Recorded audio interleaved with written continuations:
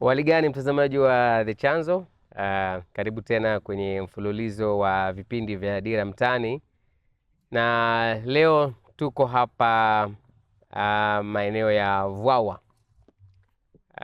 na tumekuja hapa kukutana na vijana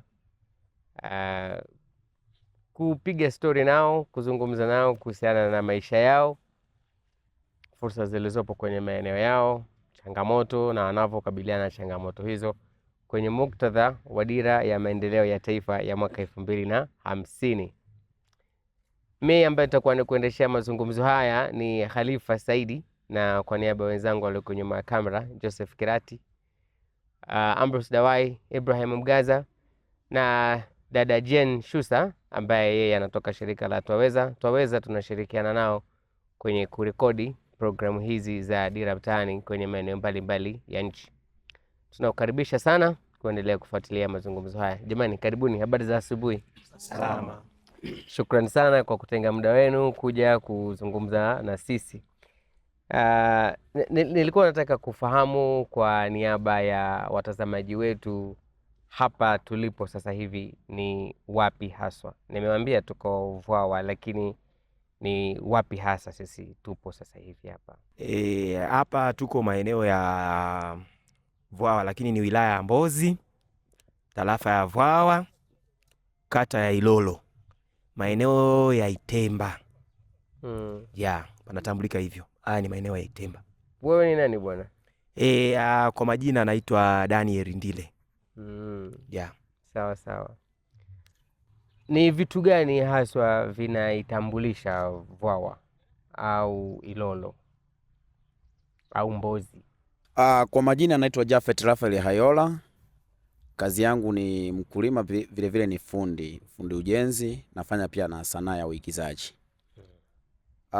Kwa kitu kikubwa ambacho kinatutambulisha wilaya ya Mbozi au kwa ujumla mkoa wa Songwe ni kimondo na maji moto ambacho kipo Ndolezi, kijiji cha Ndolezi. Hebu eleza kwa undani ni kitu gani hicho? Kinaitwa kimondo ambacho kilidondoka na walikuja wakakigundua kikaa kimepatikana kule Ndolezi. Kwa hiyo watalii wengi, wazungu wengi, mataifa mbalimbali anakuja kukiona hicho kimondo ndani na nje ya nchi ya Tanzania. Ni madini chuma 100% ambapo kile kimondo yani kama jiwe, lipo kama jiwe lakini ni chuma. Kwa hiyo kama mtu anaweza akaja Mbozi anaweza kukutana na kitu kama hicho. Kwa nini hicho ni kivutio? Ni kivutio kwa sababu kwa mujibu wa maelekezo ya wataalamu walisema kina mambo mengi. Pia vile vile wazee wetu wa zamani walikuwa wanafanyia kama tambiko. Sasa hivi matambiko hayafanyiki? Yanafanyika, lakini saizi kina ulinzi mkali tofauti na mwanzo. Kitu kingine? Kwanza kwa jina naitwa Runison Kalinga. Kikubwa ambacho kinaitambulisha Mbozi ni zao la kahawa. Asilimia kubwa watu wa Mbozi ni wakulima wa kahawa. Ni zao ambalo ukifika Mbozi, nadhani hapa pia karibu tulipo mnaweza mkaona nyuma kule kuna kahawa pia. Kwa hiyo ni zao ambalo linaitambulisha wilaya ya Mbozi. Ukifika Mbozi, kilimo kikubwa ni zao la biashara ambalo ni kahawa. Kwanza kabisa kwa majina naitwa Lewis Mapashe, mkazi wa Songwe hapa maeneo ya Vwawa. Najishughulisha na machinga mdogo. Kitu kingine ambacho kinaitambulisha Mbozi ni tuseme ni zao la kilimo cha mahindi. Mahindi haya yanaitambulisha Mbozi kwa sababu watu wengi wanabezi humo na wanategemea kama ni zao lao la chakula. Sasa enza ni mkulima mdogo, mkulima mkubwa, wengi wao wanategemea hilo zao, linawasaidia kuendesha maisha yao ya kawaida kwenye chakula na kwenye biashara pia linatumika. Asante sana. Na vipi kuhusu fursa? Bila shaka tumeshazitaja baadhi. Kwa hiyo kwa mfano kama hiki alichokizungumza hapa kaka, inaweza pengine ni fursa ya utalii au sio? Kuna kilimo, kuna fursa gani nyingine ambazo zinapatikana kwenye wilaya ya Mbozi au eneo la kata ya Vwawa ambazo pengine tunaweza tukazichangamkia na kuboresha maisha yetu binafsi, lakini pia uchumi wa nchi. Kwa majina naitwa Magdalena Julius. Fursa zinazopatikana kwa wilaya yetu hii ya Mbozi, hususani hapa Vwawa, kuna fursa ya biashara. Kuna biashara ndogo ndogo, biashara kubwa, kuna biashara kubwa. Kwa mfano, mtu anavyouza mazao yake, kiasi anachopata, anaweza kaanzisha biashara, ambazo biashara inaweza kuwa kubwa au ndogo, lakini kupitia hiyo biashara kuna watu wengine wananufaika. Kwa mtu yoyote anayependa masuala ya biashara au anapenda masuala ya mambo ya kilimo, cha kwanza ni kilimo. Hususan kwa Vwawa hii hakuna zao linalokataa. Mtu maeneo ya kupanda mpunga yapo. Ukitaka kupanda kahawa ipo. Ukitaka maharage, ukitaka kwa asilimia kubwa katika fursa kubwa ndani ya Vwawa kilimo. Mtu anayependa biashara ya kilimo huku bwana ni fursa kubwa. Fursa nyingine yote ambayo haijatajwa labda ambayo ipo hapa? Labda naweza nikazungumza kwa nje kidogo. Inaweza kaa fursa au masuala ya matibabu katika masuala ya madaktari wa kiasili. Yani kwa Vwawa au mkoa wa Songwe asilimia kubwa hata tiba za asili zipo nyingi sana. Yani kwa watu ambao wana matatizo mbalimbali, magonjwa ya sitofahamu yale, waganga ambao tunatumia kwa jina la waganga wapo wengi sana katika wilaya yetu ya Mbozi. Kwa hiyo watu mbalimbali wanatoka nje ya mikoa lakini wanakuja kupata tiba huku hapa. Waganga? Ya waganga. Yani kama mtu ana matatizo ya kifafa, sijui mtu anaumwa nini, magonjwa yale ya sitofahamu yale. Au mtu anataka sijui nyota yake imekufa, imefifia, sijui nini, wataalamu wengi sana huko. Yani wataalamu ni wengi sana. Na mikoa mingine huko wanakuja kwa ajili ya kupata tiba au kutaka mvuto watambulike huko. Mvuto? Ya. Wanataka upate mvuto. Nakupeleka. Nakupeleka. Wanaweza kunipa mvuto? Kwa mfano mimi sehemu ambayo nakaa, yani nyumba ya mtu wa kawaida mganga, mtu wa kawaida mganga, mtu wa kawaida. Kwa hiyo hata kibarozi kizima unakishangaa wataalamu ni wengi kuliko watu ambao sio wataalamu. Kwa hiyo watu wanatoka mikoa mbalimbali. Hata Dar es Salaam huko wanatoka. Wote wanatoka Dar es Salaam, wanatoka wapi, Iringa, wanatoka Njombe, wanakuja huku kwa ajili ya kupata matibabu. Okay. Ndio. Sawa. Na okay, hiyo inabidi tuichangamkie hiyo kabisa. Bwana. Kwa hiyo hapa Vwawa hakuwezi kuwa na shida basi. Shida zipo. Ila sasa ndio watu wapo wa kutukinga wapo. Kwa sababu kama kuna mtu anaweza akakopa mvuto akaweka maisha yako kuwa rahisi, si maana yake huo ni utelezi. Sasa kuna nabii akubariki kwao. Kwa hiyo sisi hatuwatumii, ila watu ambao wanafanya nini? Wanatumia. Sisi tunaweza kutumia kwa ajili tu ya matibabu. Labda mtu anaumwa nini, ndio tunaweza tukawatumia. Lakini kwenye masuala ya mvuto na sisi tunaenda mbali zaidi, tunaendaga nchi jirani hapo Malawi. Na usikute Malawi wanakuja. Lakini kwa ukiangalia maisha ya wanavwawa au ya wanambozi, unaweza kuyapa jina gani? Unadhani ni maisha mazuri au si maisha mazuri? Namaanisha kwa mfano masuala ya kipato, uchumi wa mtu binafsi, hadhi ya maisha kwa ujumla ya wanambozi au wanavwawa, unaweza ukaipa sifa gani? Kwa majina naitwa Lema Mbega, ni mama ntilie. Maisha ya Vwawa ni ya kawaida, yana watu aina zote, wa chini, wa kati na wa juu. Kwa yako hivyo, wapo ambao wanazitumia fursa vizuri kama ulivyosema. Wapo ambao hawazioni hizo fursa, wapo wanaoziona na wanazichangamkia kwa ukubwa zaidi. Kwa ni maisha tu ya kawaida ambayo yapo sehemu mbalimbali, tuseme Kiafrika kama unavyoelewa Kiafrika. Kuna ya chini, ya kati na ya juu. Sawa. Yeah. Majina yangu ni Margaret Fumbo. ni mjasiriamali mdogo mdogo. Kama alivyotoka kuzungumza mchangiaji aliyopita, kikawaida kwa maisha ya Vwawa ni ya kawaida, 50% au 70%. Lakini kinachopelekea zaidi kwa nini anakuwa ni ya kawaida, watu wengi wanapata fursa, lakini ile hali ya uthubutu ni wachache. Ukitaka kuangalia hata sasa hivi watu ambao angalau kidogo Vwawa pamechangamka na pameonekana ni watu wa kutoka mikoa tofauti tofauti. Japokuwa tuna mashamba, tuna mali nyingi, lakini sasa ambao wanakuja kuziona na ambao wanakuja kuendeleza hali ya kiuchumi ya hapa ni watu wa kutoka mikoa mingine. Kwa hiyo sasa tunatamani zaidi na sisi angalau tuwe kama mikoa mingine pengine ambao imeendelea. Sawa, wangapi hapa tumesikia kuhusiana na dira ya maendeleo ya taifa ya mwaka 2050?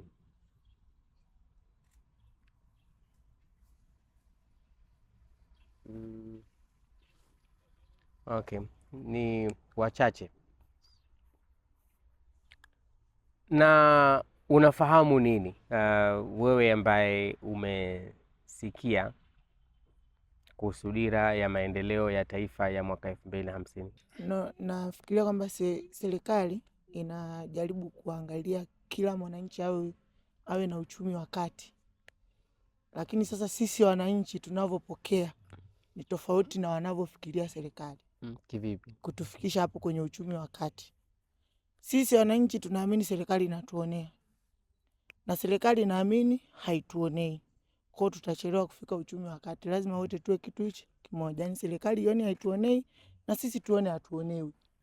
Kwa uchache naweza nikaangazia kwenye dira ya miaka 50. Inazungumzia maendeleo endelevu kama walivyotangulia mchangiaji aliyepita, kwamba inatarajia kwamba watu tuwe na angalau uchumi wa hali fulani kwa kila mmoja. Nadhani kwa upande wa vijana wengi tumekuwa tunazo fursa, lakini namna gani ya kuzitambua zile fursa mpaka tufikie yale malengo ambayo tunatarajia kufikia kwenye hiyo miaka 50. Kuzitambua fursa ni nyingi. Kama hapa Mbozi tuna fursa nyingi sana ikiwemo kilimo, lakini kuzitambua hizo fursa na kuzifikia hizo fursa inakuwa ni changamoto kwa vijana wengi. Kwa mfano, naweza nikatolea mfano, tunaweza kwenye dira ya miaka 50 inazungumzia tu na maendeleo endelevu kwa kila mmoja awe angalau ana maisha ana uchumi wa kati, lakini hapa Mbozi tuna kilimo cha kahawa, lakini hakuna kiwanda chochote ambacho tuna viwanda ambavyo vinachakata hizo kahawa kufikia hatua fulani ili ziende kuzalishwa, waende kuzalisha hiyo kofi, lakini hatuna kiwanda ambacho kinazalisha hizo kofi na wakafanya packaging hapa na kwenda kusambazwa kwenye maeneo mengine kwa ajili ya biashara. Hatuna. Lakini tungekuwa na hizo, tungekuwa na fursa nyingi hapa ambazo tungekuwa vijana wa hapa wana uwezo, wanajua kabisa tukilima kahawa kiasi kikubwa, kiwanda tunacho hapa tunaweza tukauza hapa tunapata faida hapa, lakini kuna wenzetu ambao pia wataajiriwa hapa. Kwa kufikia hiyo dira ya miaka 50 tunaifahamu, ndio kila mtu anaweza kaa na uelewa, lakini hajui kwa namna gani hiyo dira tunaifikiaje. So dira ya maendeleo ya taifa ni kitu kimoja, lakini dira pia ni kitu, dira kama neno ni kitu kingine. Wewe unaposikia neno dira, nini kinakujia akilini mwako? Dira ni kama mwelekeo wa kitu fulani, yani ni kama mwelekeo wa kitu fulani, kwa sababu kwa mfano tunatolea au tunasoma mashuleni kwamba dira inaonyesha dira fulani, dira kuelekea kaskazini, mashariki, hivyo. Lakini kwa uelewa wangu dira ukiachana na mwelekeo, yani dira ni kwamba inaona mbali tofauti na hapa tulipo, yani ndio kwa uelewa wangu kwamba dira ni mwelekeo. Dira ni kama mtazamo fulani ambao unatarajia kupata kitu, japo hicho kitu bado hujakikaribia. Hata kama hautakuwepo, utakuwepo, lakini kile kitu unakitengenezea mazingira kiwepo hata kwa wale watu watakao kuwa wamebaki. Kwa ni mtazamo fulani ambao kuna watu wanaweza kakaa au mtu au kikundi. Sasa wamama wa vikoba wanaelewa, wana dila zao kwa baada ya mwaka mmoja tuvunje kikoba. Sawa. Nayo nile ni dila, mtazamo. Kwa majina naitwa Isa Masebo. Naweza nikazungumzia kwamba dila ni mipango ambayo unakuwa nayo wewe kama wewe kichwani. Kwa sababu mimi naweza nikatengeneza mifumo yangu kwamba ngoja niweke kwamba ikifika 2027 natakiwa niwe nimefikia sehemu fulani. Nchi kuwa na dira ni kitu kimoja, lakini na sisi kuwa na dira ni kitu kingine. Je, sisi tuna dira? Dira zetu nazo ni kufika wapi? Kwa jina naitwa Tuganile Mkumbwa, ni machinga. Dira yangu ni kwanza na nilicho nacho na kufika level fulani ambayo nastahili nifike. Saizi nazunguka mtaani kumtembelea mteja mmoja baada ya mwingine, lakini natamani siku moja na mimi niwe na ofisi yangu kubwa na wateja wengine waje kujumua kwangu, nisambaze bidhaa kwenda sehemu zingine tofauti. Sawa sawa. Ndio. Mimi ni mpishi wa vitafunwa, hususani chapati. Ninapeleka kwa wateja ambao wanapatikana zaidi mashuleni ambao ni walimu. Lakini kutokana na fursa iliyoko hapa kwetu Vwawa, ninatamani zaidi kufika miaka 3-4 mbele niwe na ofisi, lakini pia na mashine ya kutengeneza unga asilia wa kutumia, unga ambao unapatikana kwenye viazi vitamu, ambapo natamani sasa angalau hiyo ofisi iwe na vijana angalau hata 3 au 4 ambao nakuwa nimewaajiri mimi mwenyewe. Tunatengeneza huo unga, tunaweka kwenye package, na kwa sababu hapa ni barabara kuu ambayo inaenda mikoa mbalimbali, hususan Zambia, Kongo, lakini pia na mikoa mingine hususan Dar es Salaam na huko Zanzibar. Tukisha tengeneza huo unga, basi tunakuwa na vijana angalau kila mkoa, hata mikoa 3 tunatengeneza huko, tunaichakata, tunaipaki, then ninakuwa ninaisambaza kwa mikoa tofauti tofauti. Kwa hiyo ni dira yangu mimi hiyo ya kutengeneza unga wa kutumia viazi vitamu. Kwa majina tena naitwa Magdalena Julius. Nitangulia kusema mimi ni mwajiriwa, lakini kwa dira yangu mimi au kitu na wish nifanye kwa miaka 2 mbele ni kujiajiri mwenyewe. Lakini ninapenda sana uuzaji wa spare parts zote, ziwe za mashine, pikipiki, sijui gari, yani spare parts zote. Maana ni kitu ambacho na uelewa nacho, na kijua, nimekifanyia kazi kwa muda mrefu, kwa miaka 2, lakini sitamani kuishia hivi kuwa chini ya mtu. Asante. Mimi kazi yangu na changamoto kidogo, mpaka kukaa na kujadili kuhusiana na dira nakuta nanipa wakati mgumu kidogo, kwa sababu kazi yangu kama nilivyojitambulisha tangu awali alikuwa ni fundi ujenzi. Fundi ujenzi hatuna ofisi wala hatuna makazi maalum, zaidi tunategemea simu kutoka kwa mabosi zetu. Na hata tukipata hiyo kazi ya ufundi ujenzi, unashangaa kazi inaanza, umechukua advance mpaka kazi inaisha na hela inaisha. Kwa hiyo kupanga dira inakuwa ni vigumu sana. Tuongee na ukweli, au ukweli hauruhusiwi. Unaruhusiwa. Yani kupanga dira inakuwa ni vigumu sana. Kwa hiyo tunachosubiri sisi mafundi ujenzi 100% achana na maengineer, ni ile kusema tumeamka salama, kesho tutaamka tena salama. Lakini dira ambako nimewekeza saizi mimi ni kwenye sanaa. Baada ya kukuta huku changamoto ni kubwa, nikaingilia kwenye sanaa. Mimi nafanya film kama nilivyojitambulisha hapo mwanzo, naigiza movie series. Sasa kule ndo ninaweka dira na nimeweka nguvu kubwa sana. Angalau huko mbeleni naweza nikawa mtu maarufu, mtu mkubwa, nikaa naitwa kwenye tamasha mbalimbali, nikaa naingiza kipato. Lakini kwenye swala la ujenzi labda niendeleze kwanza kwa elimu ya kuwa engineer, labda naweza nikawa na dira, lakini niwekeze kwanza kwenye sanaa. Lakini si kwa mfano kama hivyo, pengine dira inaweza ikawa pengine kutaka kuwa maarufu. Maarufu bila hela nao ni sawa sawa na hakuna, kwa sababu kwanza lazima umaarufu uwe na jina lakini na pia na hela. Unakuwa maarufu afu unaanza kuomba tena soda ninunulie. Nitakiwa wewe ndo nunulie watu soda afu unataka tena ununuliwe soda. Kwa hiyo umaarufu nao, kwa sababu mimi kipindi nimeenda Dar mpaka nikarudi tena Mbozi, nilikuwa naenda kutafuta umaarufu. Sasa nikakuta watu maarufu wananiomba nauli. Nikajisikia vibaya sana, nikasema ngoja nirudi tena Mbozi nijipange ili umaarufu wangu uende na nini? Uende na fedha. Mbeka kama Mike pale. Kwa majina naitwa Silvano, ni mkazi wa Vwawa. Kwa shughuli mimi ninayofanya hapa machinga na nauza nguo za mitumba. Mimi dira yangu au malengo yangu hapo mbele ni kuja kuwa na ofisi kubwa ambayo nitakuwa na ukiachana na kwamba mimi maki nazunguka sana minadani humu, sina ofisi. Na natamani hapo mbeleni nije kuwa na ofisi yangu nzuri kubwa ambayo nitakuwa natulia kabisa na kuwa nafanya biashara zangu. Kwa majina naitwa Stella Amza. Mimi naweza kusema ni mjasiriamali mdogo, na shona. Ni fundi kushona. So dira yangu ambayo unaiona kwa mbele, natamani kuwa designer mkubwa.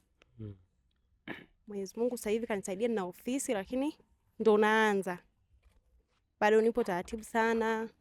Hivyo nadhani mbele na maono ambayo nitakuwa sawa. Kwa majina naitwa Felix David, nafanya kazi ya kinyozi. Japo namiliki ofisi ndogo, lakini malengo yangu baada ya miaka 2 niweze kumiliki ofisi kubwa kama baba shop. Kwa majina naitwa Mary Jackson, ni mfanyabiashara mdogo na ni machinga pia. Nachukua vitenge hapa napelekea mama vijijini huko. Na natamani hata mimi mwenyewe nipate ofisi ambayo nitakaa nitulie, na mimi niache kuzunguka huko kuwapelekea huko, na mimi nipate ofisi hivyo sana. Kwa majina naitwa Daniel Ndile kwa mara nyingine tena, lakini mimi ni mjasiriamali mdogo, lakini kazi yangu sana huwa najishughulisha na masuala ya upigaji wa picha. Napenda kuwa kameramani mkubwa, niweze kumiliki na mimi kamera makubwa kama hayo kamera. Sasa hizi natumia kamera kadogo, lakini natamani sana baadaye nije kuwa na ofisi niwe na mshuti, na hata huyu bwana shooter blaza anayependa sanaa, kwa maana sababu sanaa nahitaji mtaalamu wa shooting. Kwa natamani na mimi nije kumiliki hata kamera likubwa hivyo, niwe na shoot hata hizo nini, waigizaji, sherehe nini. Kwa sasa hizi na ipo hivyo mdogo natumia kamera kadogo kama DF3500 hivi, ndio ninayoitumia kwa ajili ya kujipatia riziki, lakini malengo yangu tamani kulipa kamera. Tuwasikie na hawa waheshimiwa hapo. Kwa majina naitwa Ana Mwakasala, ni kibarua wa huduma za kifedha, lakini pia ni mkulima. Dira yangu natamani siku moja nimiliki ofisi yangu.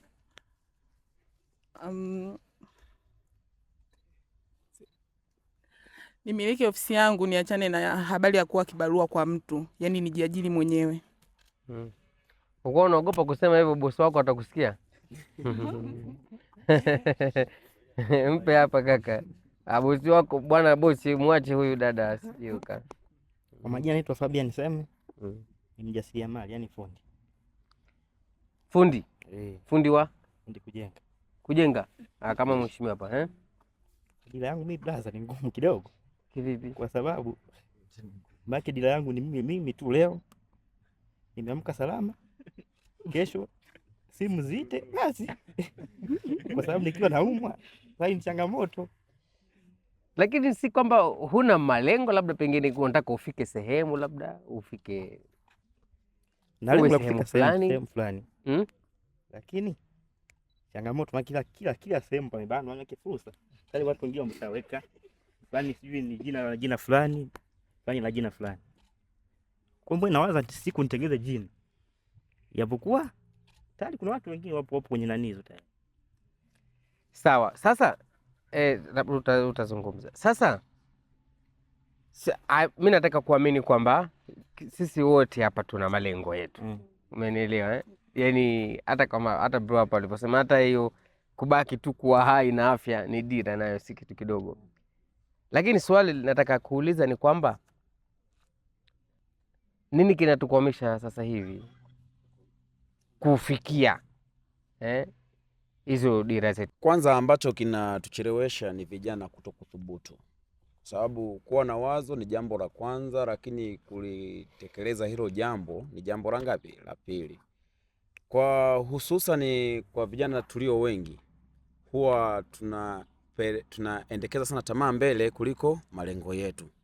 Kwa hiyo tukipata fedha, hatutaki kuitunza ile fedha, starehe zinakuja kukaa mbele yetu, tunasahau kile au mawazo au dila ambayo tulikuwa nayo. Kwa mfano, unaweza kama umejipangia kabisa kwa hii fedha naitunza kwa ajili ya mtaji wangu, mara ikatokea kadi za harusi ya rafiki yako mpendwa, umeona, mara sijui happy birthday, unashangaa mimi nionekane nimevaa hivi. Unaweza kuta hela happy birthday kweli nayo ya kumtunza yule pale au ya siku ya harusi, lakini unaanza sasa niende hivi. Hapana, nikilipa kadi nivae na suti nipendeze kama. Kwa hiyo tunaishi mawazo ya watu bila kujua wale wana kipato cha aina gani. Lakini kwa sisi ambao ni mafundi, kitu kinachotukwamisha sana mpaka tusifikie malengo ni utandawazi. Saizi vifaa vimekuja vingi sana vya ufundi. Yaani hadi plaster unashangaa kimekuja kifaa kinafanya tu kazi imeisha. Nikiuliza nikigugo bei nakuta milioni 10 huko, alafu mimi nitakuta day napata shilingi 15,000. Sasa kila nikitaka kufikia pale nakuta nagota, nasema nitajidanganya mwenyewe. Umeona? Masuala ya skimming saizi nani hawatumii roller rangi, wanapigia spray na boss anasema mimi nataka spray bwana. Nataka kazi yangu iwe kisasa bwana. Sasa wewe ndo na roller zile za kizamani, bado unakuta unarudi nini? Unarudi nyuma. Lakini nje na hapo nadhani tukipunguza starehe sana. Vijana tukipunguza starehe tunaweza tukafikia malengo. Sawa. Mimi ni nafyatua tofali. Nafanya kazi ya kufyatua tofali. Na dila yangu siku moja, sababu Mbozi tuna udongo mzuri wa mfinyanzi ambao ukifyatua tofali kikweli zinatoka vizuri. Tofauti na mikoa mingine. Kwa pia tunafanya, mabosi zetu wanafanya biashara pia na mikoa mingine, tunaweza kuuza tofali mikoa mingine. Lakini dila yangu mimi ni kwamba ni kuhakikisha kwamba nafikia malengo yangu ambayo nimejiweka kwamba nifike kipindi niwe na kiwanda. Nadhani ninaweza kufikia hiyo dila, lakini changamoto ambayo inaweza ikanikwamisha kwanza ni mabosi. Mabosi zetu sisi tunafyatua tofali mbugani kule, tunakanyaga udongo kiukweli, tuna hustle, lakini mshahara anaonipa ni tofauti na ile kazi ambayo naifanya. Kuna siku moja nilikuwa napita mtandaoni nikaona kuna sehemu wanasema kwamba mabosi wanatupa mshahara ni kama kilevi ili tuendelee kuwepo pale, lakini sio kwamba anakupa kile kiasi ambacho kitakufanya uendelee kuwepo. Yaani kama kilevi kitakufanya uendelee kuwepo, lakini sio wewe ufanyeje uendelee mbele ufanikiwe. Na dila yangu ni kuwa na kiwanda. Kitakacho nikwamisha mimi ni hichi kipato nilicho nacho sasa hizi. Kwa mfano mimi usiku nafanya kazi pia ya ulinzi. Mchana nafyatua tofali, lakini jioni nafanya kazi ya ulinzi. Nadhani kwamba nikifanya pia hizi kazi, kujishughulisha na hizi shughuli tofauti tofauti, naweza kufikia malengo fulani kwamba nitakuwa na kiwanda baadaye. Lakini ambacho kinanikwamisha pia naweza kama support pia kutoka maeneo mbalimbali, na watu wengi wanafanikiwa kwa sababu wanapata pia support.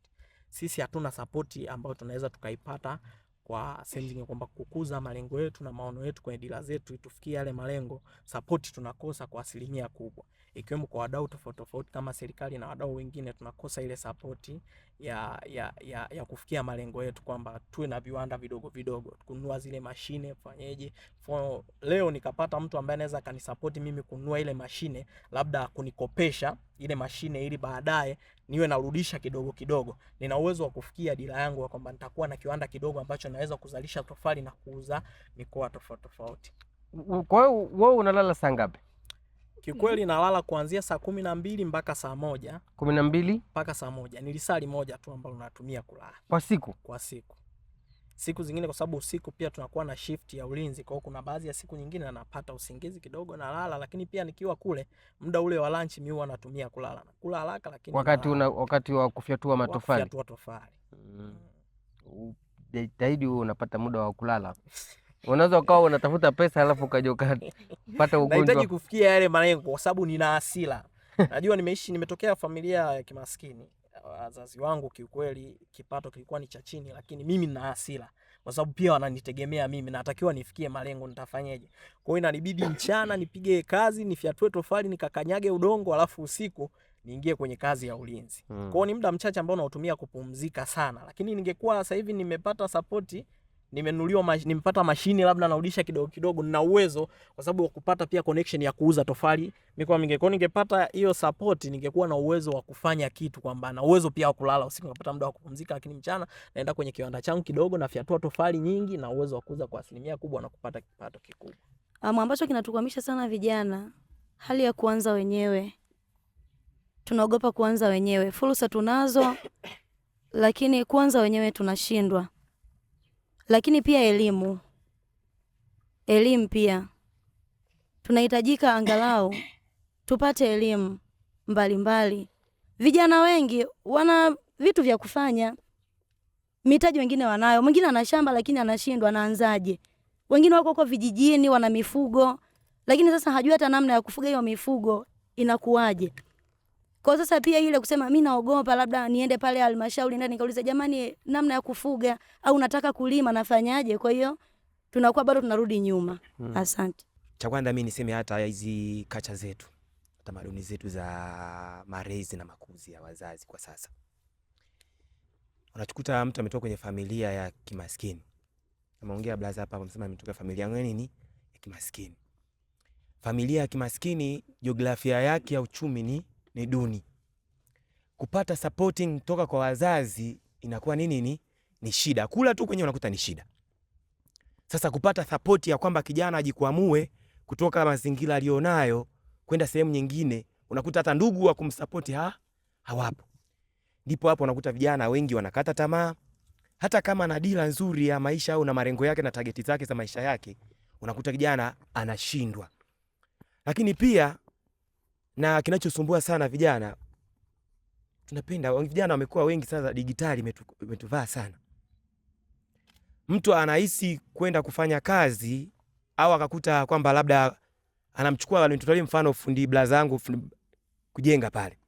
Kaka anamwambia labda nimepata diri dogo, twende tukajenge. Ni kijana huyo. Kijana hataki kwenda kufanya kazi. Anaona akienda kufanya kazi na fundi kujenga akapata 10,000 kwa siku, anaona sio pesa. Zaidi anatamani akakae kwenye magenge ya kuvuta bangi, akakae kwenye magenge ya kusubiri mkeka ukatiki. Na huyo mtiki mkeka wenyewe wa buku wenyewe akaombe kwa wazazi. Sasa unakuta akili ya kumfanya kijana awe na uchungu wa maisha hana. Lakini sio kwamba huyo kijana apependa, ni ile jiografia ya maisha. Lakini pia tunachosii kingine, mzazi anamlea mtoto katika mazingira gani ya ukuaji. Mji wetu wa Vwawa kuna fursa za kilimo. Mzazi analima. Lakini kwa swala la kumchukua mtoto kwenda kumpeleka shamba, kumfunda kwamba mwanangu, shamba haya mahindi tunapanda hivi, au haya maharage tunapanda hivi, au kahawa tunapanda hivi, haipo. Anatarajia kwamba mtoto aamke asubuhi, ale, akishakula ni kwenda choo na kukaa nyumbani. Hakuna kazi yoyote, hakuna school fees yote ya maisha. Unakuta kijana anakuwa hana dira yote, anategemea wazazi. Mlango wa fahamu na elimu ya maisha haipo. Naitwa Prince Idi Hamisi. Ni kijana hapa mkazi wa Mbozi, najishughulisha na shughuli mbalimbali. Sasa shughuli ambayo najikita nayo ni masuala ya library, ya kurusha movie, kufanyaje. Lakini dira yangu mimi kama mimi nilionayo ni hasa kwa mfugaji. Nje na shughuli za hapa Mbozi zilivyo, ni masuala ya kilimo ndio nimejikita sana. Lakini mimi hobi yangu sana ni kutaka kuja kuwa mfugaji, na ufugaji wenyewe nataka ni ule ufugaji wa kuku hasa wa kisasa. Na kuna changamoto nyingi ambazo zinatukabili kama vijana, hasa vijana wa Mbozi hapa. Mimi nashinda sana kijiweni huko, nakutana na vijana wengi sasa bajaji hawa. Tunakuwa na ile hali ya kuridhika sana kutokana na maisha ya Mbozi ambavyo ni mepesi. Unaweza kuwa na 2,000 ukaishi nayo kuanzia asubuhi mpaka jioni, kwa sababu maisha hapa vyakula ni bei rahisi. Ukiangalia maisha yake sio ya gharama hivyo kama alivyosema wenzangu. Kwa hiyo unajikuta vijana wengi tumeridhika na hii hali yetu. Tukipata 2,000 3,000 tunashindwa kupambana kwenda stage nyingine.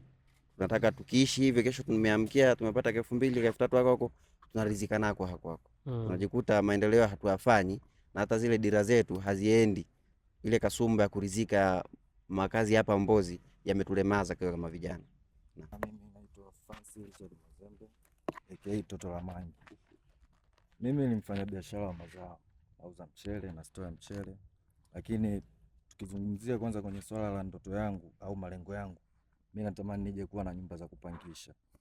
Tofauti na hapo pia nije kuwa na mashine kwa ajili ya kukoboa na nini, ili niweze kufanya biashara kikubwa. Alafu kinachotufelisha sana vijana ni swala la muda. Swala la muda, kwa sababu anakuambia ndoto kubwa inahitaji muda. Na vijana wengi sasa hivi ni tumeingia kwenye ulimbukeni, yani tunapenda sana starehe kuliko kuangalia wakati. Yani tunalizika mapema wakati hatujapata. Kwa hiyo ukiingia kwenye harakati za utafutaji, kuna mtu anaweza akakuangalia wewe sasa hivi hapo una safa, unatafuta, ni mtafutaji. Anavyokuona zewe unavyoishi labda mchafu au ngai au uko smart na nini, anaona kama wewe mpotea njia, yani mpoteza mwelekeo. Ila anavyoangalia masuala ya utandawazi, watu wako smart, wako safi, wanang'aa, wanapendeza, kwa anaona ndo kama ni maisha. Mimi nadhani labda ni utambuzi, yani kuto kujitambua kifikra, kwa sababu watoto wengi kinachowatesa ni majukumu. Wanapokuwa hawana majukumu, na sasa hivi ukiangalia kuna bajaji zimeingia mtaani. Kwa hiyo wanavyokuwa wanaendesha bajaji na nini, kwa jioni anapata pesa, anapata ile pesa kiuwepesi, kwa sababu amekaa toka asubuhi mpaka saa 12, ampata 50,000. Ile hela kuitunza hawezi, kutokana na nini? Ile hela ameipata kiwepesi. Ila yule alionunua kile chombo cha usafiri anapata 22,000, sijui 20,000, lakini ile pesa anaitunza na anaifanyia malengo. Ila mtoto ambaye anapata 50,000 kwa jioni na hicho chombo hajanunua yeye, anaitumia pesa vibaya, kutokana na kile chombo hajatumia jasho lake lolote. Kwa hiyo mimi nachoona kwenye masuala ya sisi kuto kwenda juu, yani kuonyesha improvement yoyote, ni kwenye hiyo sekta ya muda, yani kutambua muda. Sawa. Kwamba huu ni wakati sahihi wa kufanya kitu 1 2 3, huu ni wakati wa kuachana na kitu 1 2 3. Na nilikuwa nataka kuwauliza kwamba endapo kama munashirikisha serikali za mitaa, kwa sababu kuna mikopo ile ya halmashauri inatolewa, pengine kama kuna mtu yoyote alishawahi kuomba huo mkopo, kuna mtu yoyote hapa ambaye alishawahi kuomba mkopo ule na akapata pengine, au hakupata, akatueleza pengine ilikuwaje? Mikopo ipo halmashauri kwa ajili ya vijana, lakini masharti ni mengi. Kijana anaweza kama ametoka chuo ndo amekuja mtaani, na masharti anayokutana nayo kule ya mkopo inabidi abwage. Utakuta mmechukuana hapa, wamesema labda muunde kundi ili muende mkachukue zile pesa. Wewe binafsi una lengo la kuchukua pesa ufike mbali. Sasa hapa tupo 10, kila mtu ana malengo yake. Mmepewa zile milioni 10, mwenzenu amekula kona, anakurudisha nyuma wewe ambaye ulikuwa na malengo tu mazuri, unaanza kumlipia yeye nini? Mkopo. Kwa mfano kama kikundi changu mimi cha Saviso, tumejaribu kuomba mkopo zaidi ya mara 6 hivi kama sio 7.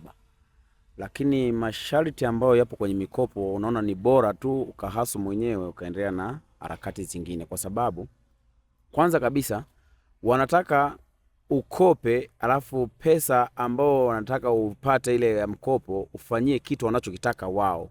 Ndio maana utakuta anasema kopa, lakini omba ufanye biashara fulani ambayo si wewe, sio hobi yako. Na unajua kabisa nikiingia katika huu mfumo tafanya nini? Nitafeli. Na asilimia watu wanaokopeshwa pale ni watu ambao wanasema mimi nitaingiza kwenye mazao, mimi nitanunua pikipiki. Sasa kwa mtu ambaye ana nature tofauti na pikipiki au mazao, ule mkopo unakuwa unafanya nini? Unamshinda. Kwa hiyo hatuwezi wote tukaishi kwa kuendesha bajaji au kwa kuendesha pikipiki au kwa kulima. Kuna watu wengine tunaneta zetu. Kwa mfano kama sisi tuliomba tupate kamera kwa ajili ya kushutia tamthilia zetu au movie zetu, lakini wakasema hiyo hapana, hiyo hela itachelewa sana kurudi.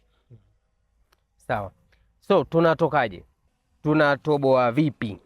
Tunatokaje hapa tulipo? Nadhani kwa kile unachokifanya kwa sasa kwa ajili ya kupata kipato, kifanye kwa bidii na kwa malengo.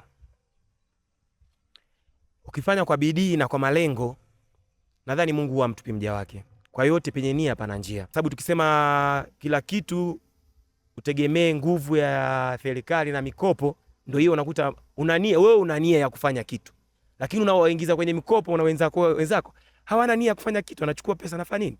Anakimbia.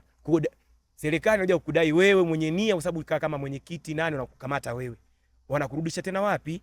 Nyuma. Mimi nafikiri katika swala kutoka hapa tulipo ni kila unachokifanya kwa ajili ya kupata kipato, kwa kuwa ni kazi yako halali na inakubalika na serikali, fanya kwa bidii, kwa malengo na kwa dira yako ili tuweze kutoka. Kulingana na kwamba shughuli zetu tunazozifanya kipato chetu unakuta ni shilingi 2,000. Namna ya kuweza kujikwamua kiuchumi, jitahidi kutumia sana kwenye matumizi yako, hadi jibalance kwenye matumizi. Kwamba mimi bwana nitapata shilingi 2,000 lakini niweze kuimudu shilingi 1,000 ili nikipata 1,000 ya kesho niweze kuiunganisha na niweze kuwekeza kwenye kitu kingine, na bali sio kutunza pesa, kwa sababu nikitunza pesa nitachukua kesho nikikosa, lakini nikiweka kama ni kuku sitaweza kwenda kumchukua nikaenda nikauza kwa ajili ya anasa ambazo naweza nikazifanya. Tukiweka nia na malengo ya kutoka tunaweza. Kwa sababu gani? Mimi ni machinga, naitwa Mama Boxer mkoa wa Songwe. Naweza nikajumua boxer za 50,000 napata faida labda 30,000. Naweza nikatumia 10,000, 20,000 nikatunza kwenye akaunti. Ndani ya mwaka hata kama kila wiki natunza 20,000, ndani ya mwaka nakuwa nina hela. Kwa hiyo swala ni malengo. Sema shida sisi vijana tunapenda kuanza na mitaji mikubwa. Mtu hana shilingi 50,000 mkononi lakini anataka kuanza na mtaji wa milioni 5. Ni kitu ambacho hakiwezekani. Wewe unafanya kazi. Ndio. Unafatua matofali, unafanya kazi usiku ulinzi, kulala hulali. Na picha inayopatikana hapa kwa kiwango fulani ni kama vile inaonekana vijana hamfanyi kazi. Mnapenda starehe, mabisho, mtunze birthday na nini. Wewe ukisikia hiyo, unajisikiaje yani? Ukisikia vijana wanazungumzwa kama hivi? Kwanza najisikia vibaya kuona vijana wenzangu wanashindwa kusubutu na wanajiingiza kwenye vitu kama walivyozungumza wenzangu kama starehe na mambo mengine. Binafsi yangu mimi naweza tu nikawapa ushauri kidogo. Cha kwanza ni kusubutu, lakini uvumilivu, kufanya kazi bila kuchoka. Unaweza ukafikia malengo kiasi fulani, lakini pia kujali muda. Lakini pia kikubwa zaidi ambacho naweza pia nikawashauri kwenye kile ambacho wanakifanya, waendelee kujiwekea akiba. Mimi pia najiwekea akiba. Kwa hiyo waendelee kujiwekea akiba. Ukiweka akiba, ukawa na malengo, ukawa na akiba yako kiasi fulani na unajua nina malengo fulani, unaweza ukawa unaiona dira yako kwamba ninakoelekea kuna mwelekeo fulani, lakini ukawa huweki akiba, unasema kuna siku nitapata.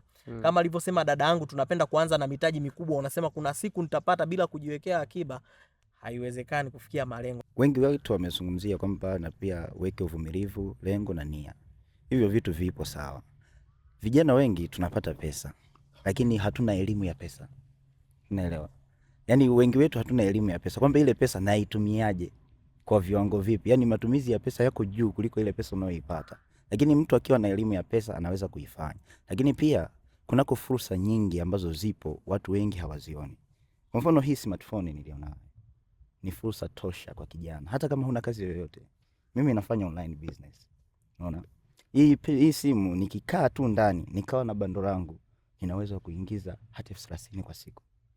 Kwa sababu gani? Watu wengi wana simu. Mtu anashika simu anajua tu kuscroll on TikTok, Instagram, lakini hajui kama inaweza kufanyaje kumuingizia pesa. Watu wengi wanalalamika kwamba hatufanyi kazi. Ndiyo, vijana wa hapa hawapendi kazi ngumu. Sasa hata kazi ya online unaweza kufanya. Hiyo ni fursa ambayo inaweza kukuingizia pesa na ukamanage pesa yako vizuri. Shida ni kwamba hatuna elimu ya matumizi ya pesa. Hiyo ndio kinachosumbua watu wengi. Na nilikuwa nataka kuuliza swali tukiwa tunafungia. Hali inaweza ikawa mbaya.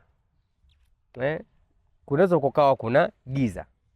Lakini ni kitu gani kimoja kinakupa matumaini kwamba maisha bora yanawezekana? Yaani kwamba naweza kutoboa. Kuna mtu anaweza kufanya biashara, unafanya biashara yani hata ile hela uliyochukulia mzigo au haifiki. Yaani unakuwa kama si watu wengi wanapenda kusema unafanya kazi ya kanisa.